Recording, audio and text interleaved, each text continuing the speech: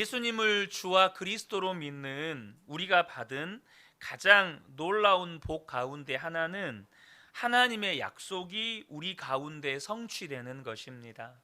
여러분, 성경 말씀은 하나님의 약속의 말씀입니다. 언제나 하나님의 역사의 방향은 하나님께서 하나님의 백성들에게 약속하시고 하나님이 약속하신 그 때에 한치의 오차도 없이 정확히 성취하심으로써 그렇게 하나님의 역사는 지금까지 흘러왔습니다. 그래서 성경은 구약의 약속이 신약에 이루어졌고 신약의 약속이 오늘을 사는 저와 여러분의 삶에 지금 이루어지고 있고 또 앞으로도 이루어질 것입니다. 여호수아 12장은 하나님께서 모세와 여호수아에게 주신 약속을 성취하셨다는 내용을 구체적으로 기록하고 있는 겁니다. 분명히 하나님께서 그 가나안 땅을 또 그 가나안 땅에 들어가기까지 그들을 대적하는 족속들을 멸하시고 그 땅을 차지하게 하시겠다고 약속해 주셨거든요. 오늘 여호수아가 이 그들이 점령한 땅과 또 그들이 점령한 왕을 이렇게 세세하게 기록해 놓은 이유는 하나님께서 약속하신 그 모든 것을 완전히 이루셨다라고 하는 것을 이스라엘 백성들에게 깨우치기 위해서 기록해 놓은 것입니다. 1절에서 6절을 보면 하나님께서 모세를 통하여 여리고 성 들어가기 전에 요단 동쪽 편 땅, 그러니까 그 땅은 아모리 왕 시온과 바산 왕 옥이 다스리고 있었죠. 그들을 꺾고 그 땅을 점령하게 하셨다는 내용입니다. 그리고 7절부터 24절까지는 하나님께서 여호수아에게 하나님이 약속하신 대로 요단강을 건너서 이 가나안 땅 안에 있는 31명의 왕을 꺾고 그 땅을 점령한 내용을 기록하고 있습니다. 여러분, 모세와 여호수아는 우리가 이름만 들어도 정말로 위대한 하나님의 사람들이죠. 그러나 본문은 그 두 사람의 영웅담을 소개하려는 의도로 기록된 것이 아니고 하나님께서 약속하시고 그것을 이루셨다는 사실을 기록하고 있는 성경입니다. 사실 하나님께서 호렙산에서 모세를 만나서 출애굽을 명령하셨을 때 모세의 반응이 어땠습니까? 팔짝 뛰면서 거부했습니다. 이유는 모세가 생각할 때 출애굽은 불가능했기 때문입니다. 애굽의 왕자로 40년을 살았기 때문에 바로의 권세를 누구보다도 잘 알고 있는 모세에게 그 바로의 권세를 꺾고 이스라엘을 출애굽시킨다? 이거는 불가능한 일이었어요. 그러니까 모세에게 하나님께서 애굽으로 가라고 말씀하셨을 때 모세가 하나님께 뭐라고 말합니까? 출애굽기 44장 13절을 보면 오 주여 보낼 만한 자를 보내소서. 여러분, 여기서 오 주여가 감탄사 아닌 거 아시죠? 이거 감탄사 아니에요. 이게 우리가 오 주여 나 이 찬양의 오 주여가 아니고요. 오 주여 이겁니다. 이거 절대 안 됩니다. 주님 절대 안 됩니다. 이런 탄식의 부름이죠. 또 출애굽을 한다고 하더라도 200만 명이 넘는 백성들이 가서 살 땅을 구할 수나 있겠느냐는 거죠. 이미 그들에게 약속해 주신 가나안 땅은 강력한 가나안 족속들이 터를 잡고 살고 있잖아요. 그러니까 그들을 이길 수 있는 힘이 모세가 보기에는 없어요. 이스라엘에게는 그들을 이길 수 있을 만한 힘이 없는 거예요. 그렇게 용기도 믿음도 갖지 못하고 주저앉아 있을 때 하나님께서 모세에게 주신 건 군사나 무기나 탁월한 지략이나 능력이 아니었습니다. 그때 하나님께서 모세에게 주신 건 약속이었습니다. 출애굽기 3장 12절에 하나님께서 모세에게 이렇게 말씀하십니다. 하나님이 이르시되 내가 반드시 너와 함께 있으리라. 하나님께서 모세에게 주신 것은 군사나 무기가 아니었어요. 약속이었어요. 내가 반드시 너와 함께 있겠다. 여러분, 하나님을 믿지 않는 사람들에게는 이 말씀이 무슨 힘이 되겠느냐 싶을 거예요. 여러분, 실제로 힘이 되려면 눈에 보이는 뭔가가 있어야 되지 않겠습니까? 많은 군사의 수, 탁월한 전쟁 무기, 또 용맹한 장수와 지략가가 있어야 힘이 되지 않겠어요? 돈이 있고 탁월한 스펙이 있고 실력이 있고 인맥이 있고 인기와 명성이 있어야 하지 않겠습니까? 여러분, 그러나 하나님은 하나님을 믿는 사람에게 주시는 건 그런 세상 사람들이 힘과 능력이라고 말하는 그런 게 아니고요. 하나님이 주시는 건 약속이에요. 근데 그 약속이 뭐냐면 내가 너와 함께 하겠다라는 약속입니다. 여러분 기억하십시오. 하나님을 믿는 사람들에게 하나님이 함께 하시겠다는 것보다 더 큰 무기가 없다는 것을 아셔야 합니다. 도대체 그 무엇이 하나님을 대신할 수 있죠? 여러분의 삶에 하나님을 대신할 수 있는 게 있습니까? 여러분, 그렇다면 분명하게 믿으셔야 됩니다. 지금 그것이 당장 믿어지지 않더라도 적어도 여러분 지적으로는 동의될 거 아니에요. 하나님을 대신할 수 있는 건 없다. 여러분 그렇지 않습니까? 여러분의 삶에서 돈이 필요하던데요. 세상 살아보니까 인맥이 정말 중요하던데요. 그렇게 삶 속에서 그렇게 치이고 경험했다 할지라도 적어도 성경을 알고 예수님을 믿는다면 지적으로라도 동의할 거 아니에요. 하나님을 대신할 수 있는 건 없다. 그럼 이제 그것이 믿음이 되시길 축복합니다. 하나님을 대신할 수 있는 건 없는 거예요. 하나님께서 모세에게 함께 하시겠다고 약속하셨고 그 약속을 지키셨습니다. 모세가 요단강에 가기까지 아모리와 바산 땅을 점령을 하죠. 이것이 놀라운 하나님의 약속의 성취입니다. 그런데 모세가 요단강을 건너기 전에 죽게 되죠. 그리고 이스라엘 백성을 이끌고 갈 책임을 후계자로 이제 여호수아에게 맡깁니다. 그때 여호수아는 어땠을까요? 큰 두려움과 근심에 사로잡혔죠. 자기가 모세를 대신해서 이스라엘 백성들을 이끌고 요단강을 건너고 가나안 땅을 점령할 자신이 조금도 없었어요. 그때 두려움에 떠는 여호수아를 하나님이 찾아오십니다. 그리고 그때 그 두려움에 떠는 여호수아에게 하나님이 주신 건 강력한 군사나 무기가 아니었습니다. 모세와 동일하게도 하나님은 약속을 주셨습니다. 무슨 약속입니까? 하나님이 함께 하시겠다는 약속이었습니다. 여호수아 1장 5절에서 6절입니다. 내 평생에 너를 능히 대적할 자 없으리니 내가 모세와 함께 있었던 것 같이 너와 함께 있을 것이라. 내가 너를 떠나지 아니하며 버리지 아니하리니 강하고 담대하라. 너는 내가 그들의 조상에게 맹세하여 그들에게 주리라 한 땅을 이 백성에게 차지하게 하리라. 내가 너와 함께 하겠고 내가 너를 떠나지 않고 버리지 않을 것이고 너는 너희 조상들에게 약속한 이 땅을 그 너희 백성들에게 반드시 차지하게 할 것이다. 이것이 주님의 약속이었습니다. 여호수아가 가나안의 31 왕을 이기고 차지할 수 있었던 건 오로지 하나님의 약속 때문이었습니다. 하나님이 함께 하셨기 때문에 여호수아는 가나안 땅을 점령할 수 있었던 것이에요. 그런데요, 우리가 반드시 기억해야 할 건 내가 너와 함께 하겠다고 하는 이 하나님의 약속은 모세나 여호수아에게만 주신 것이 아니라는 것입니다. 예수님께서 십자가에서 죽으시고 3일 만에 부활하셔서 승천하실 때 제자들에게 주셨던 약속도 정확하게 똑같은 약속입니다. 무슨 약속이죠?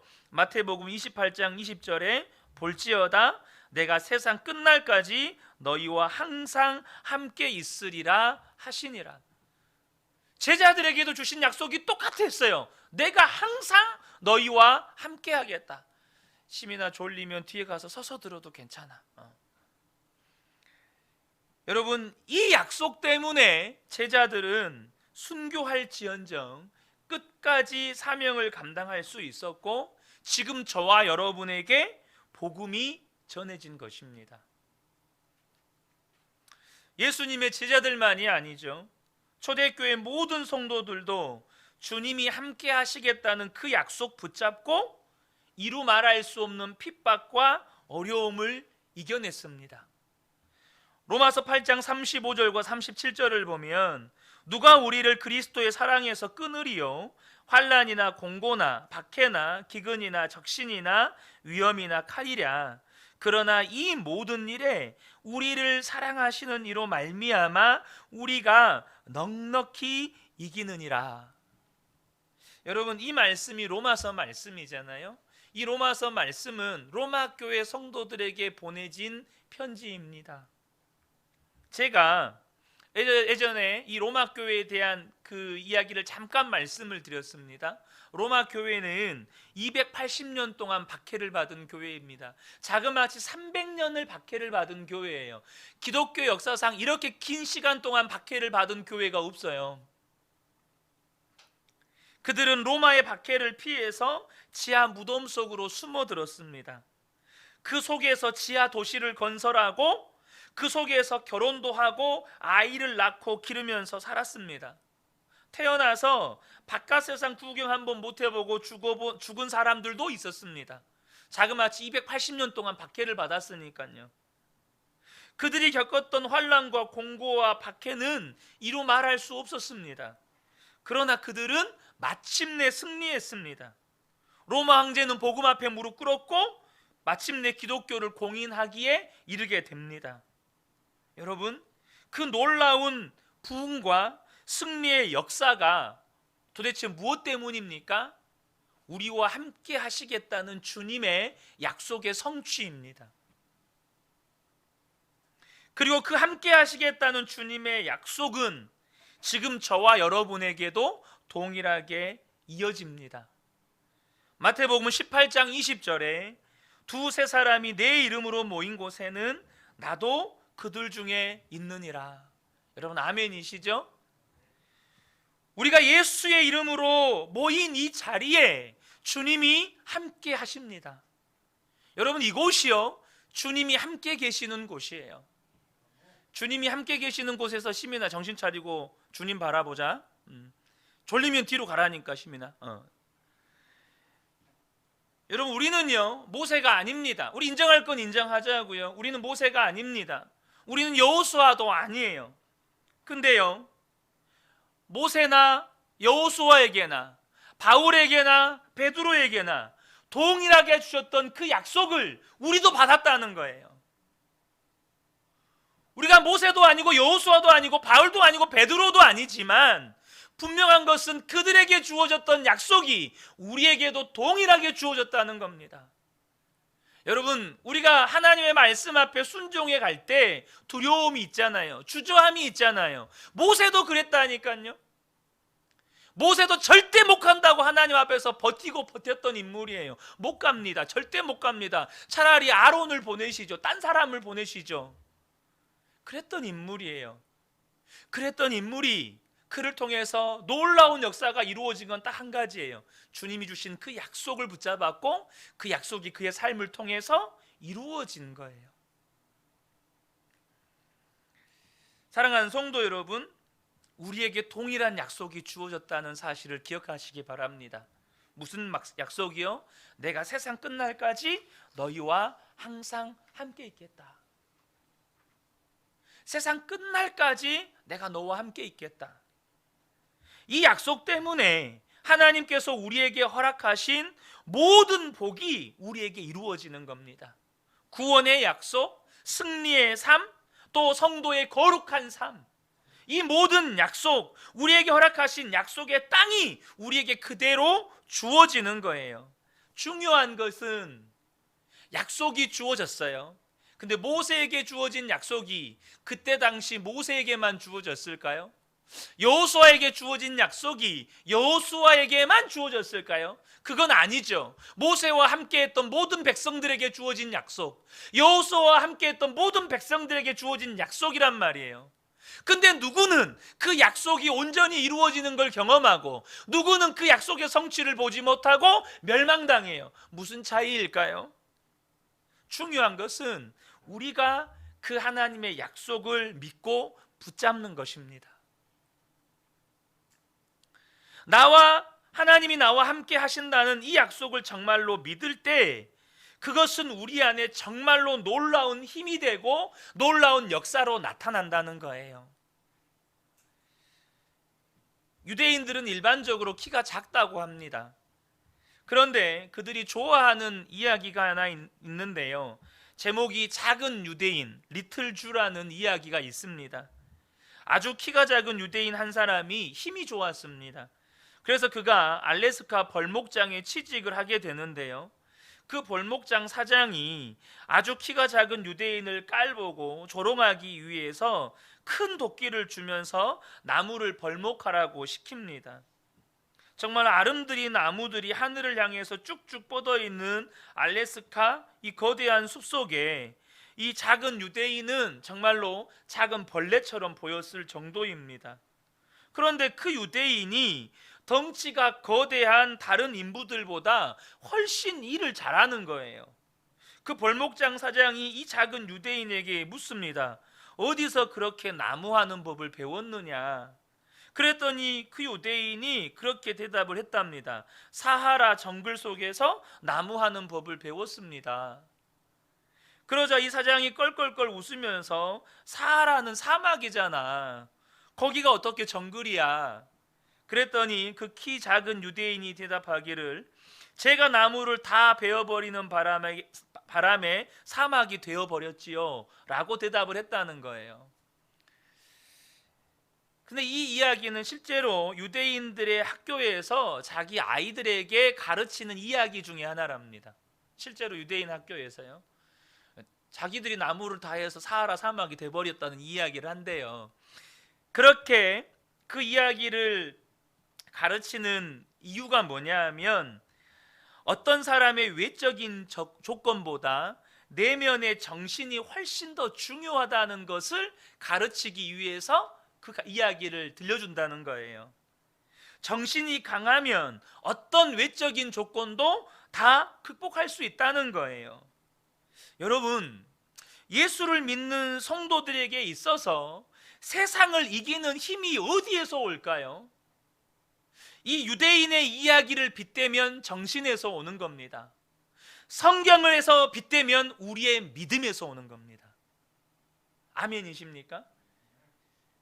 여러분, 세상을 이기는 힘은 어떤 외부의 환경이나 조건에서 오는 게 아니고 우리 안에 믿음에서 오는 거예요. 요한일서 5장 4절의 말씀 이렇게 말씀하십니다. 무릇 하나님께로부터 난 자마다 세상을 이기느니라. 세상을 이기는 승리는 이것이니 우리의 믿음이니라. 세상을 이기는 것이 어디에서 온다고요? 우리의 믿음에서 온다는 거예요. 여러분, 세상은 믿음으로 이기는 겁니다. 세상 사람들이 추구하는 힘이나 권력이나 혹은 돈이나 혹은 세상 사람들이 말하는 스펙이나 세상 사람들이 말하는 실력으로 세상을 이기는 게 아니고요. 세상은 믿음으로 이기는 겁니다. 이걸 분명히 하셔야 돼요. 무슨 믿음입니까? 주님이 우리에게 주신 그 약속, 주님이 나와 함께 하신다는 것을 믿는 믿음이에요. 요한일서 5장 5절에는 예수께서 하나님의 아들이심을 믿는 자가 아니면 세상을 이기는 자가 누구냐? 예수께서 하나님의 아들이심을 믿는다는 게 뭘 믿는 거죠? 예수님이 하나님의 아들이시다, 이걸 믿는다는 건 뭘 믿는 거예요? 예수님께서 나의 모든 죄를 대속하셨다, 그리고 그 예수님은 지금 나와 함께 계신다, 이걸 믿는 거예요. 고린도 후서 13장 5절에 너희는 믿음 안에 있는가 너희 자신을 시험하고 너희 자신을 확증하라. 예수 그리스도께서 너희 안에 계신 줄을 너희가 스스로 알지 못하느냐? 그렇지 않으면 너희는 버림을 받은 자니라. 우리 안에 계신 예수 그리스도, 그것을 믿는 믿음이 세상을 이긴다는 거예요. 사랑하는 성도 여러분, 주님은 우리와 함께 하시겠다고 약속하셨고, 그것을 우리가 믿을 때 우리의 생각과 삶은 완전히 달라지게 되는 것입니다. 오늘 시민이 시영이가 영적 싸움을 할 의지를 완전히 내려놓은 것 같아요. 정신 차리고 목사님 눈 똑바로 뜨고 보고, 도저히 앉아서 못 싸울 것 같으면 티가 서서 싸우라니까. 알았지? 장사도 못 이기는 게 눈꺼풀의 무게야. 장사도 못 이기는 게. 그러니까 못 싸울 것 같으면 서서 싸우세요. 서서. 사랑하는 성도 여러분, 우리는 바벨론 세상을 살아갑니다. 동의하시죠? 근데 그 바벨론 세상을 살아가는 우리들에게 하나님께서 요구하시는 믿음은 바로 모세의 믿음입니다. 모세의 믿음이 어떤 믿음일까요? 제가 얼마 전에도 이 말씀 구절을 여러분들에게 말씀을 드렸습니다. 보이지 않는 하나님을 마치 보는 것처럼 믿고 사는 것. 눈에 보이지 않지만 그 하나님이 나와 함께 계시다는 것을 분명하게 믿고 그 주님을 바라보며 사는 것, 그것이 모세의 믿음이에요. 히브리서 11장 2절에 믿음으로 애굽을 떠나 왕의 노함을 무서워하지 아니하고 곧 보이지 아니하는 자를 보는 것 같이 하여 참았으며, 이게 모세의 믿음이라는 거예요. 하나님이 보이지 않지만 지금 내 앞에 계신 것처럼, 지금 나와 함께 계신 것처럼 그렇게 주님을 바라보고 살았다는 거예요.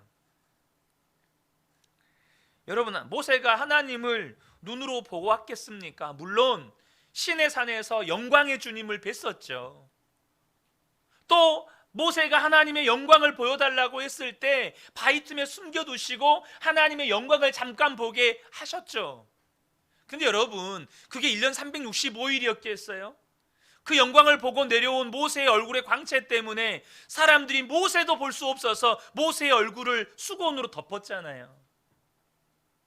여러분, 모세는 보이지 않는 하나님을 보는 것처럼 믿었고 또 그렇게 하나님의 말씀에 순종하며 살았다는 것이 성경의 증언입니다. 주님이 우리에게도 그렇게 하라고 말씀하시는 거예요. 그러므로 24시간 예수님 바라보고 예수님과 동행하는 삶을 살아가기를 우리가 힘써야 하는 겁니다. 저는 이것이 이 시대를 살아가는 목사로서 하나님이 저에게 주신 사명 중에 하나라고 저는 믿습니다. 이사야 43장 8절에 눈이 있어도 보지 못하고 귀가 있어도 듣지 못하는 백성을 이끌어내라.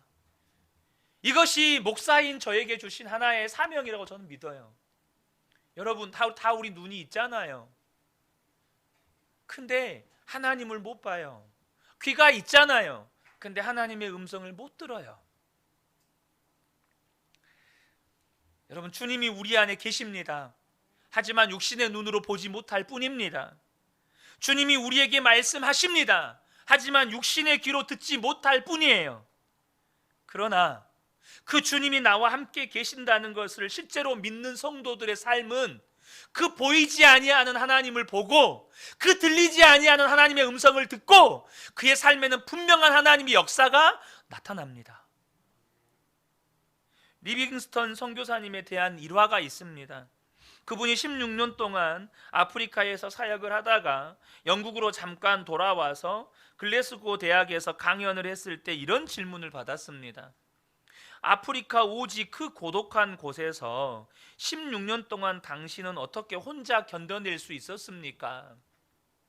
그때 리빙스턴이 이렇게 대답을 했습니다. 하나님께서 저에게 두 가지 약속을 하셨기 때문입니다. 하나는 요한복음 14장 8절의 말씀, 내가 너희를 고아와 같이 버려두지 아니하고 너희에게 오리라. 두 번째 말씀은 마태복음 28장 20절 말씀, 내가 세상 끝날까지 너희와 항상 함께 있으리라. 이 두 약속의 말씀을 붙잡았기 때문에 저는 외롭지 않게 살 수 있었습니다. 거기에 말이 통하는 사람 처음, 물론 나중에는 이제 언어를 배우니까 통했겠지만 얼굴 하얀 사람이 한 명도 없잖아요.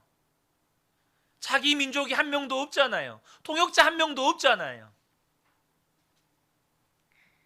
여러분, 이 말씀이요, 그저 성경에 기록된 말씀으로 그쳐버리면 우리에게 아무런 힘이 안 됩니다. 그러나 이것이 나에게 주신 약속의 말씀으로 읽어지고 들려질 때, 그때 예수 믿는 성도에게 약속된 삶이 우리의 삶 속에서 사라지게 되는 거예요. 이 약속의 말씀을, 내게 주신 약속의 말씀으로 붙잡게 되시기를 축복합니다. 여러분, 저라고 무슨 대단할 것이 있는 사람이겠습니까? 지극히 평범하기 그지없는 사람입니다. 뭐 다 아시는 분들 계시겠지만 어린 시절 아버지의 폭력과 가족들의 그 죽음이 저를 깊은 상처 속에 붙잡아 두었습니다. 그래서 한때는 건강한 몸이 전부라고 생각했던 20대 시절에는 한 번의 사고로 다리를 다치고 갖게 된 장애 때문에 저의 자존감은 그 끝을 알 수 없는 수렁 속으로 빠져 들어갔었습니다.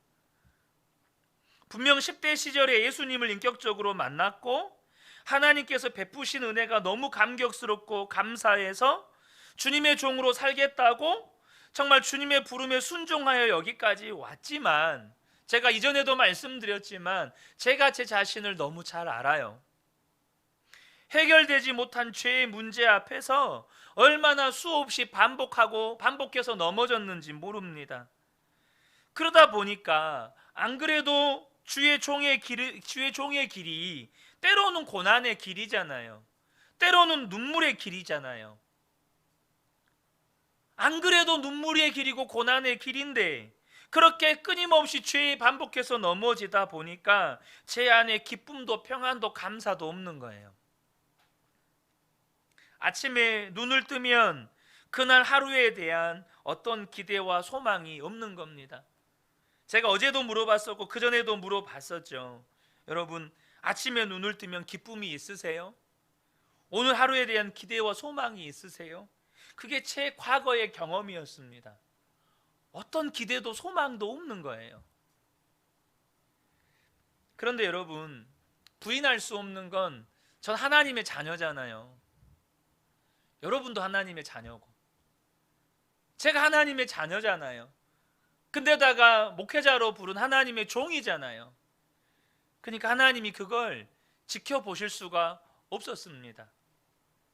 그래서 규모 있는 교회의 부목사로 매달 적지 않은 사례비와 한 목사님 밑에서 20년을 지내면서 나도 모르게 그것을 의지하고 그것을 안전장치로 삼으면서 내 속은 골물대로 골마 있었던 거예요.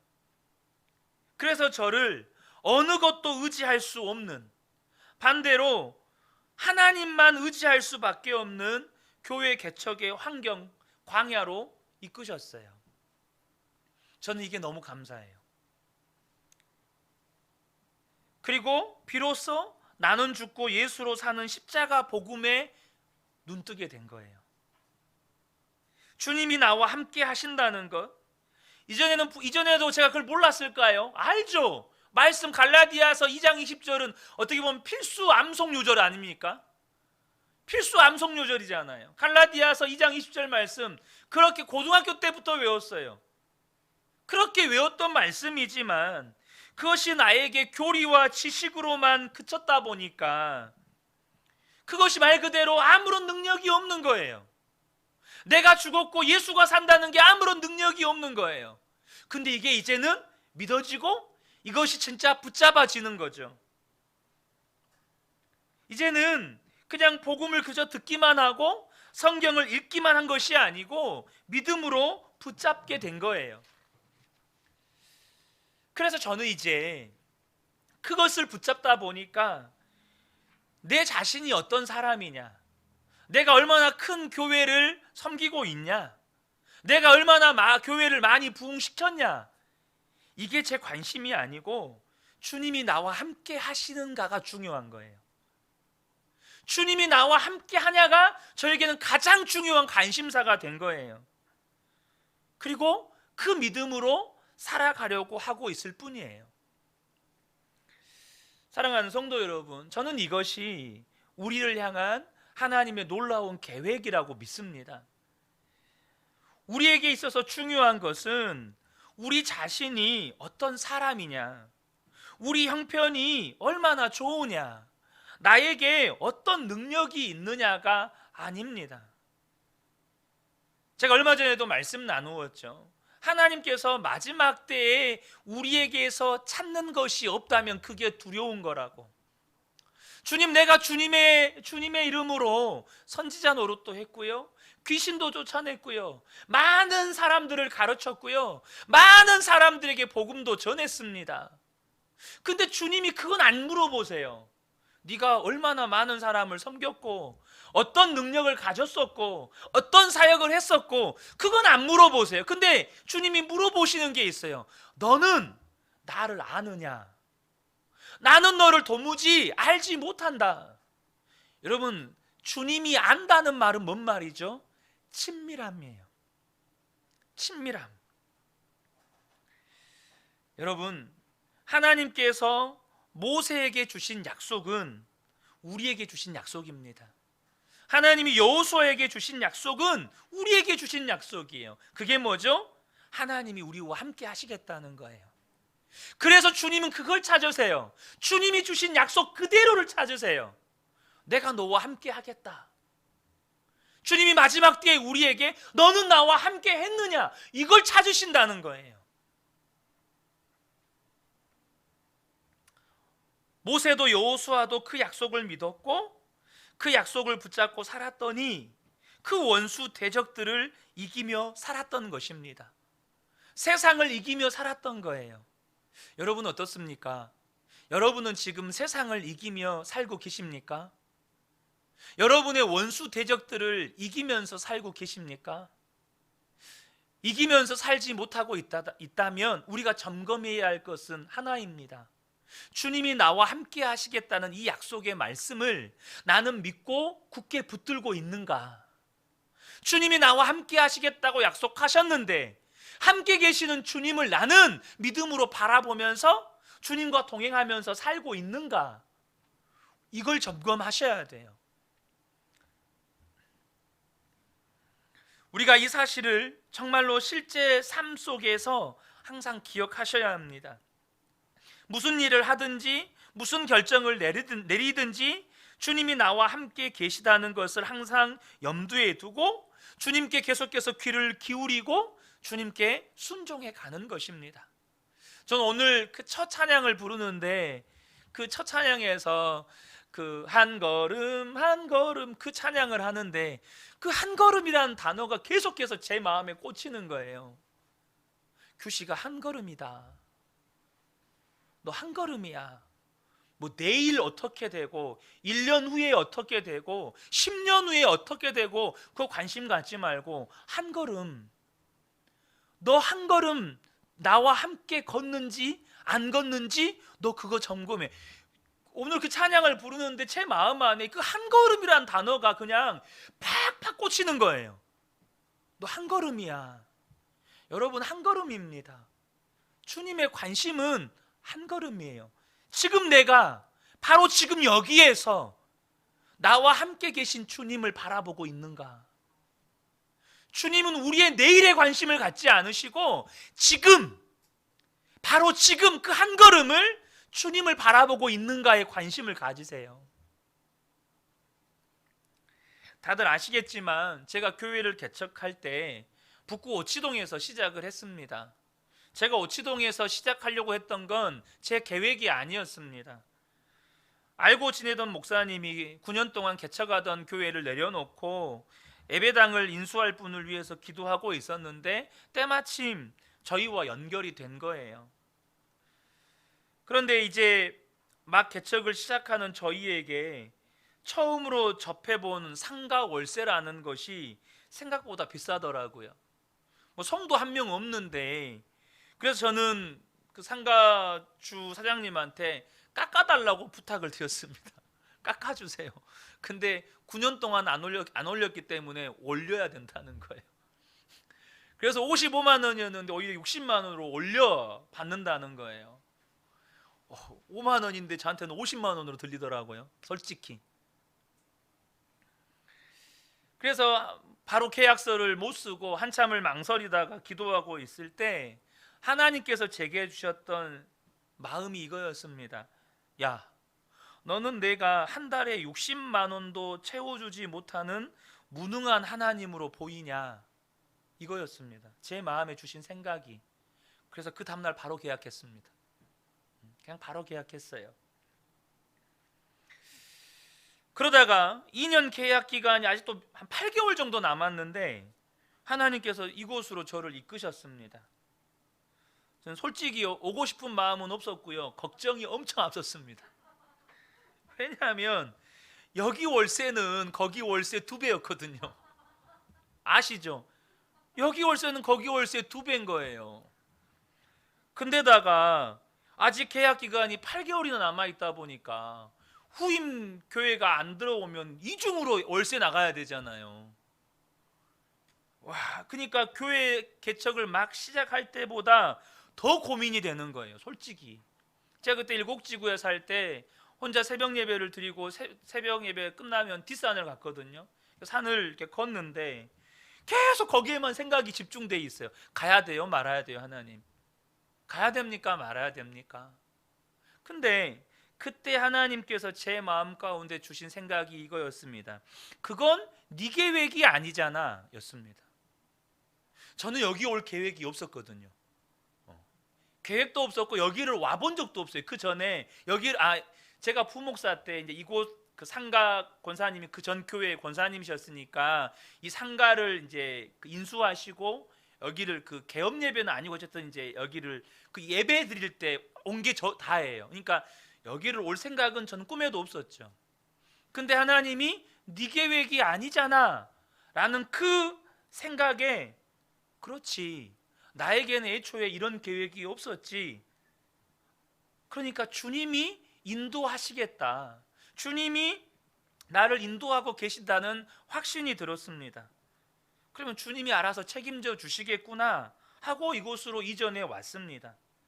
그러다 보니까 이전에 필요한 모든 재정도 채워졌고, 또 오치동 교회는 정보지에 내놨더니 교회를 보러 오신 분들이 서로 달라고 우리 주세요 해가지고 이렇게 그냥 바로 그 교회를 다음 교회가 들어와서 이렇게 할 수 있었습니다.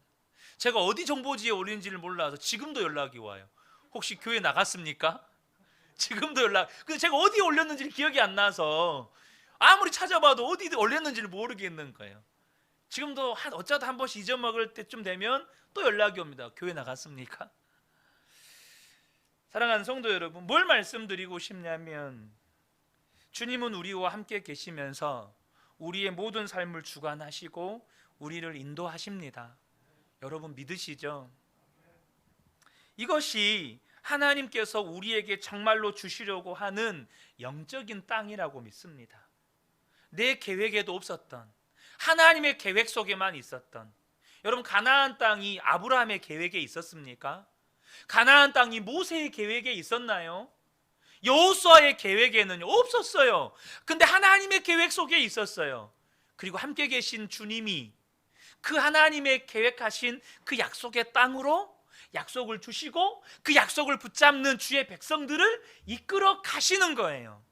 저와 여러분도 마찬가지입니다. 주님이 우리와 함께 계시겠다고 약속하셨고 그 약속을 믿고 붙잡고 살면 주님은 우리의 삶을 주관하셔서 우리의 삶을 인도하시고 하나님의 역사를 나타내십니다. 이처럼 주님은 이렇게 우리 삶 가운데 역사하시는데, 중요한 것은 우리가 주님의 약속을 붙잡고 주님이 우리와 늘 함께 계신 것을 잊지 않고 살려면 필요한 게 공동체입니다. 다니엘에게는 세 친구가 있었어요. 그 세 친구가 있었기 때문에 사자굴에도 풀무불 속에도 두려워하지 않고 들어가는 겁니다. 주님과 동행하는 사람이 적은 이유는 주님과 동행하는 사람을 한 개인의 문제라고 생각하기 때문입니다. 여러분, 결국 그것 때문에 주님과 동행하는 일에 실패하게 돼요. 주님과 동행하는 삶, 우리와 함께 계시는 주님을 정말로 믿고 그렇게 우리가 살아가려면 믿는 성도들이 함께 손을 잡는 게 중요합니다. 그래서 하나님이 우리에게 교회를 주신 거예요. 한 사람이 주님과 동행하며 사는 것도 놀랍죠. 그러나 여러분, 공동체가 주님과 동행하고 살면 어떨까요? 더 놀라운 일이 일어나지 않겠어요? 여러분, 이것이 하나님께서 우리에게 주시려는 진정한 부흥입니다. 우리 근혜교회 모든 성도들이 주님과 동행하며 사는 것. 그래서 주님과 동행하는 교회를 통해서 하나님께서 이루시고자 하는 일들을 이루시는 것. 사랑하는 성도 여러분, 그러므로 저와 여러분이 우리와 함께 계시겠다는 그 주님의 약속 붙잡고 할 수 있는 대로 주변의 성도들에게 정말로 우리가 주님 함께 바라보자고 서로 격려하면서 주님께 순종하는 삶을 살아가는 일에 도전하셔야 합니다. 직장에서든 가정에서든 주님이 함께 계시다는 거 서로 나누고 또 그렇게 사는 일 서로 격려하고 서로 붙잡아주고 그렇게 함께 주님과 동행하며 살기에 힘써야 된다는 거예요. 우리의 문제는 주님이 나와 함께 계신다는 이 약속을 너무나도 자주, 너무나도 쉽게 잊어버린다는 거예요. 여러분, 그렇지 않나요? 너무나도 쉽게 잊어버려요. 특별히 내가 원하는 무언가가 내 눈앞에 펼쳐지면, 제가 얼마 전에 그 깻묵 화제 이야기 해줬죠. 깻묵이 타니까 고소한 냄새가 퍼지니까 그 깻묵 먹으려고 목자가 아무리 소리 지르고 몽둥이로 후들겨 쳐도 자기 죽을 줄 모르고 거기에 뛰어들어가는 거예요. 내가 원하는 거 무언가에 하나 딱 꽂혀버리면 주의 음성이 안 들려요. 주님이 함께 하신다는 게 안 보여요. 그래서 공동체가 필요해요. 사랑하는 성도 여러분, 우리에게 필요한 거, 매 순간 주님이 함께 계시는 것을 기억하고 또 곁에 있는 성도들과 함께 주님을 바라보기로 결단하면서 서로 격려하고 그렇게 우리 자신을 점검해 가면 여러분, 주님이 역사하시지 못할 이유가 없는 겁니다. 주님이 우리의 삶에 일하시지 못할 이유가 없는 거예요. 사랑하는 성도 여러분, 저는 우리 모든 성도님들의 삶에 기적이 일상이 되었으면 좋겠습니다. 여러분, 기적 중에 기적은 죽은 자가 살아나고 병든 자가 고침받고가 아니라 만왕의 왕 예수께서 내 안에 오셔서 나와 함께 계시는데 그 주님과 내가 함께 동행하며 오늘 하루를 사는 거예요. 일상이 기적이 되는 삶, 주님과 동행하는 삶입니다. 이 은혜가 우리 모든 성도들에게 충만하게 임하시기를 예수님의 이름으로 축복합니다. 아멘.